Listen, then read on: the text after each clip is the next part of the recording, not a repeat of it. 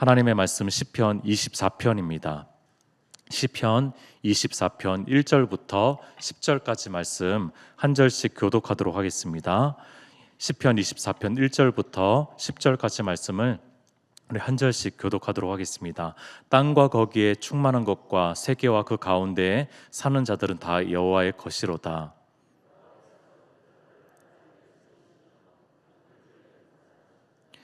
여호와의 산에 오를 자가 누구며 그의 거룩한 곳에 설 자가 누구인가?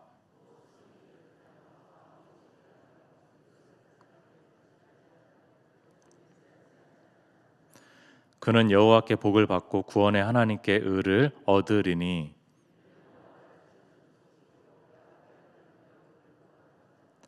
문들아 너희 머리를 들지어다. 영원한 문들아 들지어다. 영광의 왕이 들어가시로다.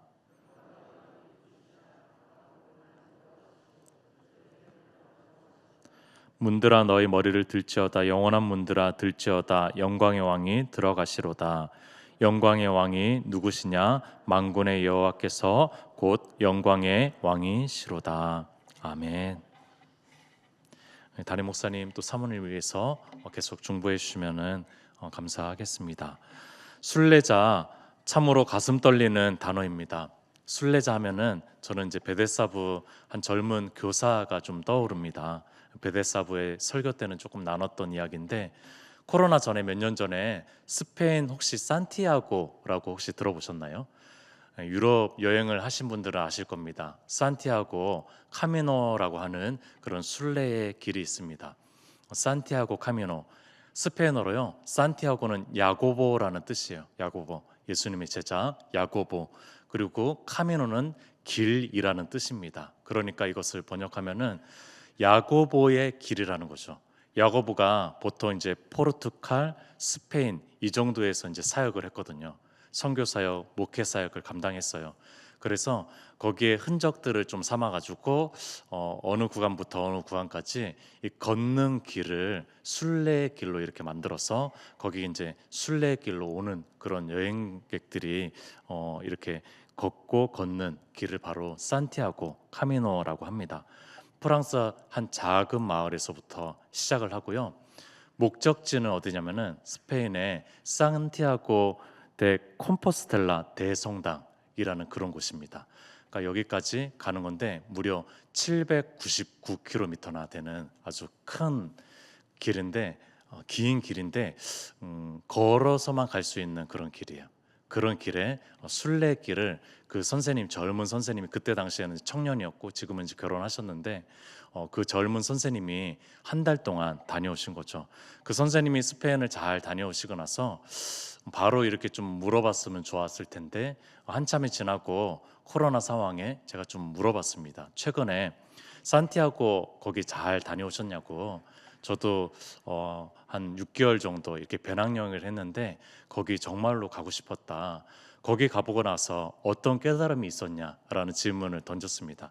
사진들을 이런저런 사진들을 좀 보여줬어요. 근데 사진을 보니까 큰 감동은 없더라고요. 왜냐하면은 사진은 온통 그냥 길 사진뿐이에요. 논밭길, 흙길, 자갈길, 시멘트길, 시장길, 갈림길, 비로 흠뻑 젖은 길, 화창하게 햇살이 가득한 길, 홀로 걸어가는 길, 두세 명이 동행하는 길, 그런 길밖에 없는 거예요. 그러니까 이제 길을 통해서 받은, 사진을 통해서 받은 그런 감동은 좀 없었습니다. 그런데 이런 생각은 들었어요. 아, 이게 우리 인생길이구나 라는 생각이 들었어요.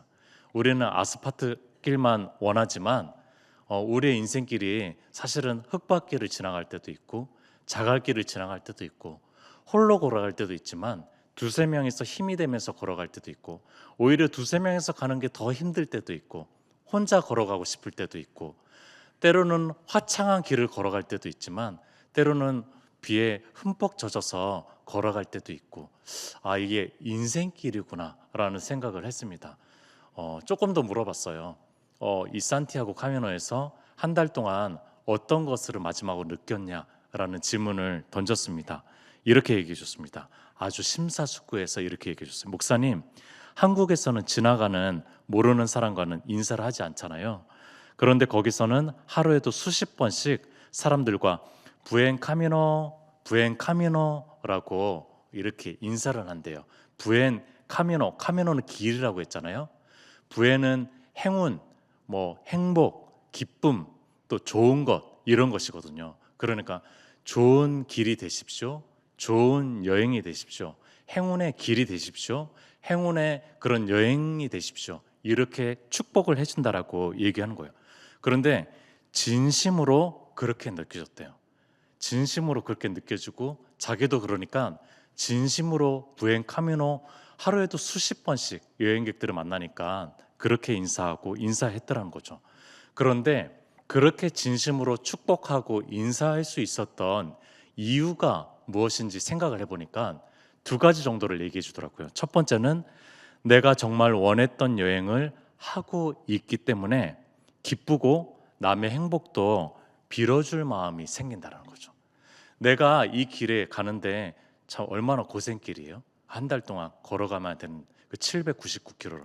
근데 내가 원했던 길을 가니까 아, 나도 이 축복되고 싶고 또 남도 너무나 순수하게 축복을 해주고 싶은 그런 마음이 있었다는 거죠. 두 번째 이유가 더 큽니다. 두 번째 이유는요.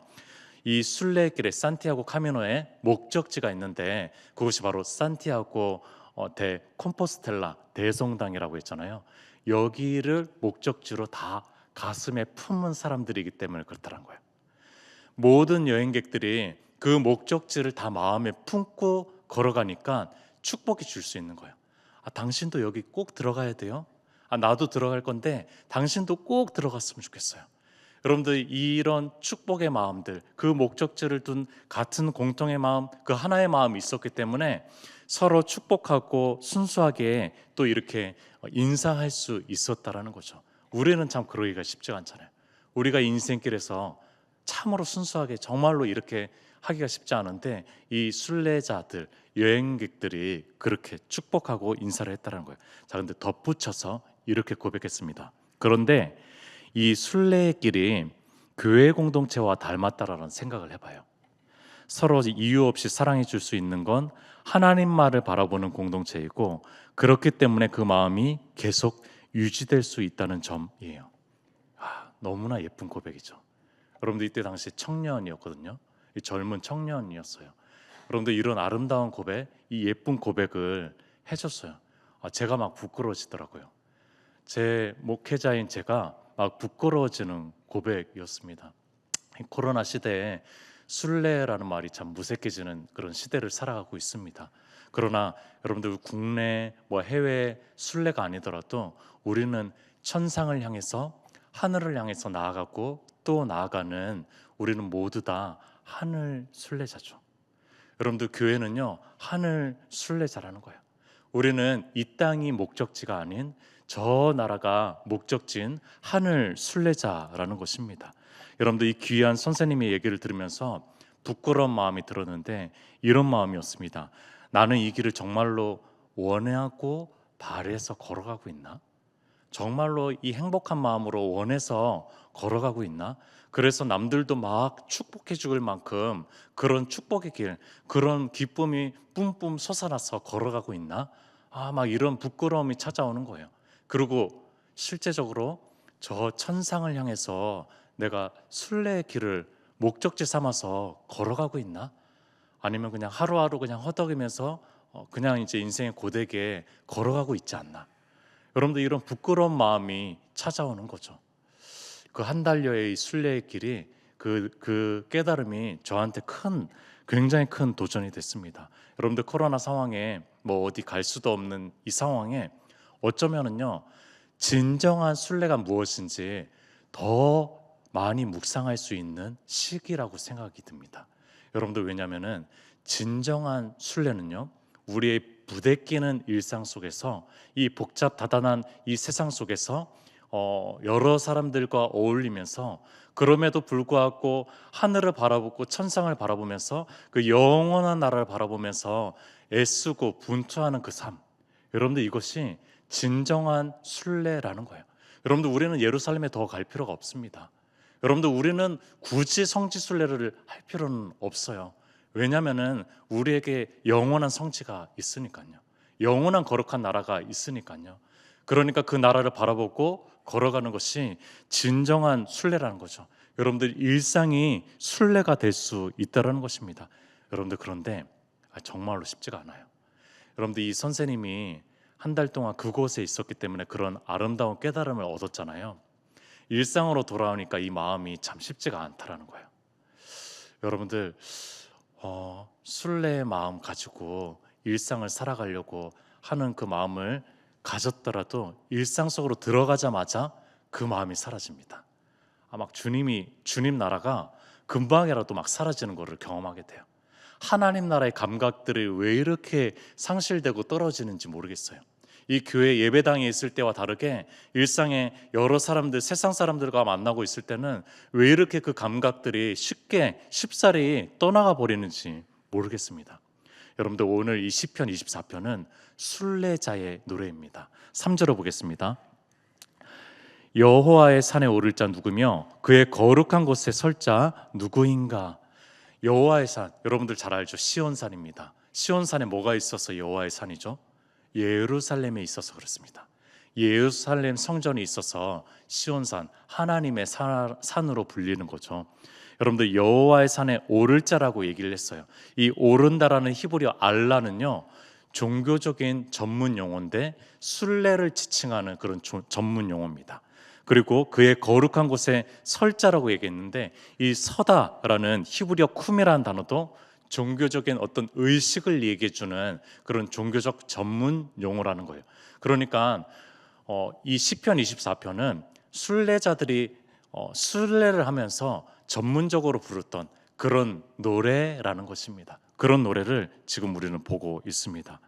순례길에서 걸어가면서 서로 때로는 혼자서 때로는 공동체로 같이 서로 노래하면서 걸어가는 거, 서로 격려하면서 축복하고 인사하면서 걸어가는 그런 노래가 바로 이 시편 24편이고 24편만 있는 것은 아니에요. 이 순례자의 노래는 여러 편 많이 있습니다. 그 중에 우리는 하나를 보고 있는 것입니다. 여러분들 지리적으로 이스라엘의 팔레스타인 지리에서 가장 높은 곳에 있는 위치한 곳이 바로 예루살렘입니다. 그래서 예루살렘 그곳을 올라간다라고 얘기를 해요. 지리적으로 밑에서 내려와도 또 아래에서 올라와도요, 그 지도와 상관없이 예루살렘은 무조건 올라간다라고 얘기를 합니다. 왜냐하면 지리적으로는 가장 높은 등지에 있기 때문에 그렇죠. 여러분들 그러나 오른다라는 이 알라는요, 그저 등반을 한다라는 뜻 이상으로 그 이상의 뜻이 있습니다. 영적인 차원으로 천상을 바라본다라는 거죠. 영적인 차원으로 하늘을 향해서 계속 오르고 오른다라는 그런 용어인 것입니다. 하나님을 악마하고 바라보고 하나님 나라에 걸맞는 사람으로 내가 성장한다라는 그런 단어, 바로 이 단어가 이 오른다라는 그런 단어라는 것입니다. 이스라엘 백성들은 순례길에서 때로는 혼자 다니고요, 혼자 다닐 때도 순례할 때도 있지만 그러나 여러 사람들이 공동체로 같이 순례할 때도 있죠. 그럴 때 노래 부르고 또 노래 부르고 서로 격려했던 그런 노래입니다. 이 여정 속에서 오늘 이 순례자는 오늘 본문에 두 가지 질문을 던집니다. 오늘 이 두 가지 질문을 볼 건데요. 첫 번째는 아까 보았던 3절에 여호와의 산에 오를 자 누구며 그의 거룩한 곳에 설 자 누구인가? 라는 이 첫 번째 질문이고요. 두 번째 질문은 8절과 10절에 두 번이나 나오는 질문입니다. 영광의 왕이 누구시냐? 여러분들 이 순례자에게 필요한 질문이 있다면은 바로 이 두 가지라고 얘기하고 있어요. 순례자가 서로 노래하면서 질문을 던지고 답을 해야 될 그런 노래의 가사가 있다면은 바로 이 질문이라는 것입니다. 순례자의 가슴에서 불려져야 될 노래, 이 질문은 바로 이 두 가지라는 것입니다. 첫 번째 질문, 여호와의 산에 오를 자 누구며 그의 거룩한 곳에 설 자 누구인가? 이런 뜻입니다. 누가 참된 순례자인가? 누가 진정으로 천상을 향해서 걸어가는 진정한 순례자인가? 이런 질문입니다. 내가 순례자라면은 어떤 자격과 조건을 갖춰야 되는가? 이 질문입니다. 순례자라면은 내가 순례자로서 그 목적지에 도달하려면은 내가 어떤 마음과 태도를 갖춰야 되는가? 내가 순례자로서 나는 어떤 사람이 돼야 되는가? 이것이 첫 번째 질문이라는 거예요. 여러분들 이내 답을 바로 합니다. 4절입니다. 곧 손이 깨끗하며 마음이 청결하며. 여러분들 이 순례자들도 막 마음이 급한가 봐요. 가면서 질문하고 막 바로 대답을 합니다. 곧 손이 깨끗하며 마음이 청결하며. 여러분들 순례자가 갖춰야 될 자격과 조건, 마음과 태도는 바로 몸과 마음의 청결함입니다. 몸과 마음의 청결함이에요. 손이 깨끗해야 되는 외면적인 삶의 청결함과 또 마음이 청결해야 되는 내면적인 요소의 청결함이에요. 몸과 마음, 그러니까 마음만 청결해서는 또 안 되고 삶도 청결해야 되고 삶만 청결해서는 안 되고 마음도 청결해야 된다고, 깨끗해야 된다고 얘기합니다. 그래서 그 이후에 뜻을 허탄한 데 두지 아니하며 거짓 맹세하지 아니한 자로다. 그러니까 마음으로는 허탄한 데 두지 않아야 되고 거짓 맹세, 입으로 삶으로 거짓 맹세하지 말아야 된다. 이거를 이제 구체적인 사례로 얘기해 준 거죠. 중요한 것은 몸과 마음의 깨끗함이라는 거예요. 몸과 마음의 깨끗함. 여러분들 그러니까 순례길에서 중요한 것은 순수함, 순결함, 정결함이라는 것입니다. 여러분들 순례길에서 필요한 것은 어떤 분야의 학업적 지식과 어떤 성과가 아닙니다. 오랜 세월의 경험과 노하우의 축적이 아닙니다. 남들보다 더 나은 재능과 기술들이 아니다라는 거예요. 여러분들 하늘 순례자의 조건은 이런 것들이 아니에요. 이런 것들은 좀 부족해도 됩니다. 이런 것들은 좀 없어도 돼요. 여러분들 하늘 순례자에게 필수적으로 필요한 그 조건은 뭐냐면요, 바로 몸과 마음의 순전함, 몸과 마음의 깨끗함, 몸과 마음의 순수함이라는 거죠. 허탄한 것을 버려야 되는 것이죠. 덕지덕지 붙어있는 욕심거리들을 내려놓아야 되는 거죠. 내 안에 찾아오는 허영심과 욕망의 그런 풍랑들을 잠재워가는 거죠. 그렇게 해서 내 마음과 몸이 일치된 마음으로, 순수한 마음으로 하늘을 바라보고 걸어가는 거죠. 그것이 이 순례자에게 갖춰야 될 조건이라고 얘기합니다. 여러분들 그런데 이런 불안한 마음이 들지 않습니까? 여러분들 이런 내적인 마음에 불안한 마음 혹시 들지 않습니까? 내가 정말 진실한가? 내가 정말 순수할 수 있는가? 거칠고 복잡하고 이 급변하는 시대 속에서 내가 정말 순수함을 가지고 살아갈 수 있나? 여러분도 또 이런 질문도, 의구심도 가지지 않습니까? 내가 가지고 있는 것이 욕심인가 아니면 거룩한 하나님의 사명인가? 아마 이거가 분간이 안 될 때도 있어요. 내가 순수하게 정말 거룩한 사명을 가지고 걸어가고 있는가 아니면 욕심인가 라는 생각도 들기도 합니다. 여러분들 이런 의구심도 듭니다. 그래서 진실한 마음과 순수한 삶으로 이 거친 악한 이 세상 속에서 내가 그 마음을 지키고 걸어갈 수 있나? 도대체 그 마음으로 제대로 신앙생활 하면서 걸어갈 수 있나? 그런 마음이, 의구심이 든다라는 거예요. 영적인 승리, 영적인 평안 정말 누리면서 이 순례의 길 걸어갈 수 있나? 여러분들 이런 의구심이 들면서 마치 이제 잃어버린 양처럼 때로는 이제 방황하기도 하고 또 때로는 혼자 외로워도 하면서 걸어가는 길이 또 우리의 순례길이 아닌가 생각도 해봅니다. 여러분들 저를 바라보니까 답이 나오지 않더라고요. 이 질문에 대해서 저를 바라보니까 답이 나오지 않더라고요. 그래서 두 번째 질문으로 넘어가도록 하겠습니다. 두 번째 질문, 여러분들 더 강력한 질문입니다. 영광의 왕이 누구시뇨? 영광의 왕이 누구시뇨? 이 질문입니다. 여러분들 영광의 왕, 영광의 왕. 우리가 찬양할 때도 많이 부르고 하는 그런 영광이라는 단어 여러분들 잘 아시잖아요. 카보드, 무겁다. 히브리어로 카보드인데요. 무겁다, 아름답다, 존귀하다. 근데 여러분들 이 단어가 우리 오늘날 시대 가운데 잊혀진 단어가 아닌가 생각을 해봅니다. 고든 코넬 신학교의 조직 신학자요, 역사 신학 교수인 데이비드 웰스라는 분이 있습니다. 그분의 이제 번역본들이 우리나라에도 많이 나왔어요. 저술도 많이 하시고 복음 안에서 현대 교회를 진단하고 지적하고 또 해법들을 제시하는 아주 요즘에 잘 나가고 또 유능한 그런 신학자입니다. 여러분들 이분이 황무지에 계신 하나님이라는 책을 썼어요. 황무지에 계신 하나님, 이런 내용이 있습니다. 하나님은 가볍습니다. 하나님은 그리 중요한 분이 아닙니다. 하나님은 우리 시대를 수는 여러 주요한 특색들 중에서 하나일 뿐입니다. 이런 얘기를 했어요. 하나님이 가벼우시다라고 얘기했어요. 그 영광의 왕, 무거우셔야 되는 그 하나님께서 가벼워진 시대를 우리는 살아가고 있습니다라고 얘기를 하고 있어요. 하나님을 경홀히 여기는 그런 풍조가 만연한 시대를 우리는 살아가고 있습니다. 그의 말씀이 경시되어지고 누구도 그것을 심도 있게 경청하거나 심각하게 받아들이는 사람들이 없습니다. 사무엘상에 나오는 실로 성전에 있는 엘리 제사장의 시대와 같이 그런 시대와 같은 시대를 우리는 살아가고 있습니다. 하나님을 가볍게 여기는 이러한 현상은 우리 안에 깊숙이 침투한 질병과 같습니다 라고 얘기한 사람이 바로 이 사람입니다. 여러분들, 하나님의 주권이 인간들의 필요와 욕구의 밑으로 들어가게 됐어요. 여러분들, 인간들의 필요와 욕구가 왕권을 차지하게 됐다는 거예요. 하나님의 그 영광스러운 주권조차도 이 인간들의 필요, 고객들의 만족도에 따라서 만들어진 신으로 전락하게 됐다는 거죠. 교회가 그렇게 운영되기 시작했고 교회가 그렇게 흘러가기 시작했다는 거죠. 손님이 왕이라는 거예요. 고객이 왕이라는 겁니다. 하나님이 왕이 아니라, 우리 주님이 왕이 아니라 고객이 왕이 되어버렸다는 거죠. 여러분들, 우리가 하나님의 영광의 무게를 잃어버린 것은 아닙니까? 여러분들, 그분의 존귀함을 잃어버린 것은 혹시 아닙니까?